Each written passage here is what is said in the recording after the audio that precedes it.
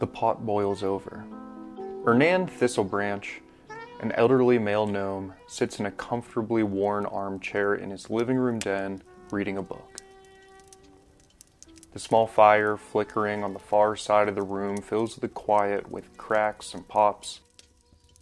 The growing sound of tired feet slide and shuffle toward the front door. The door creaks open. Hey, Bug. How was your day? Hernan asks like he has the 1,000 times before. Livy, a homely female gnome, doesn't answer.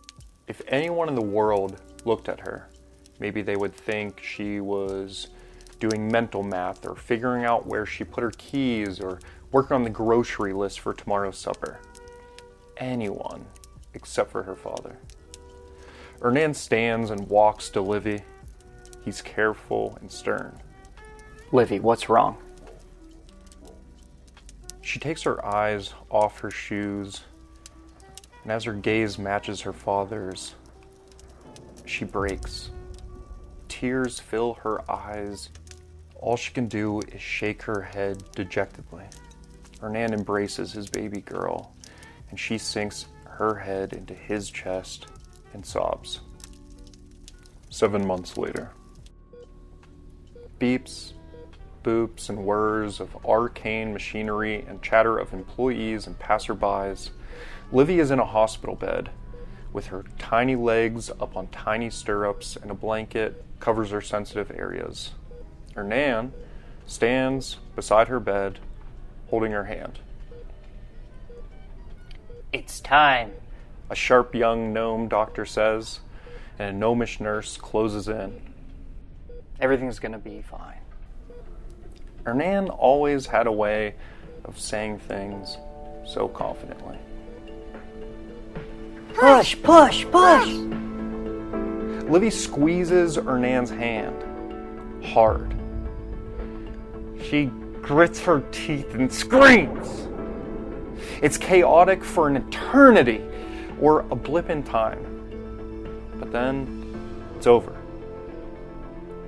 A baby announces its presence to the world.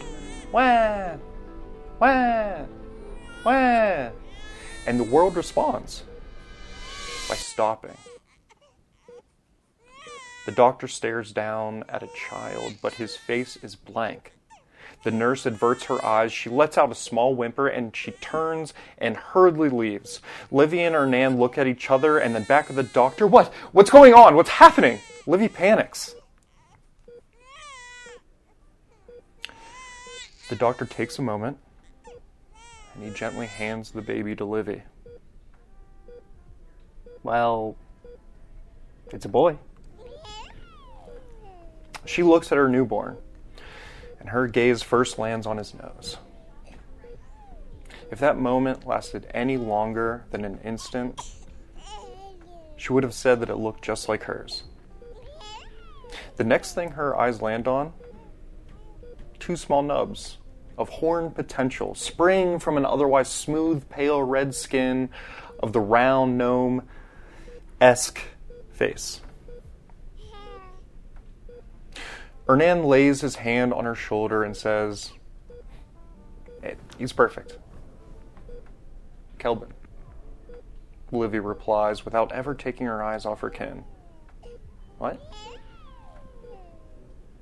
Kelvin is perfect, Livy says with a smile, pushing her finger into the smaller, newer version of her nose. 11 years later. Kelvin, now a young boy, is crouching, playing with a stick, disrupting an anthill in the corner of a busy play yard. He's alone. Suddenly, a rock hits Kelvin in the head. Hard. Kelvin leaps to his feet and turns to see a group of gnomish boys. Just kids from his class. "Look at this freak! You're not a real gnome!" One of them picks up and throws another stone. Kelvin catches it. He stands cold and serious, and he stares through them. Kelvin lifts his stick slowly and points it towards the boys. Go, go, go, go! The boys turn and start running. Freak! One of them yells out in a dead sprint.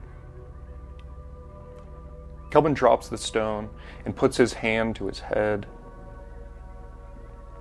And then as he lowers both of his hands, he stares at the blood that shines over his fingers.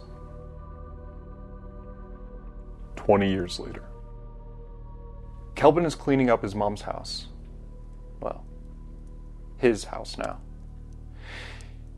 He's digging out papers from his grandfather's desk. Still hates being in this room. As he empties out the drawer, the bottom moves slightly. A false bottom? He opens it and finds a book. Grandpa's book. But she burned it. He thinks to himself. He grabs it. Solid. Heavy. And it fits in his hand just so. He opens the cover, and in that moment he feels clarity. Like someone is listening to him. Or that maybe he's listening to himself. As if he is seeing his life from the outside, distilled to its purest form.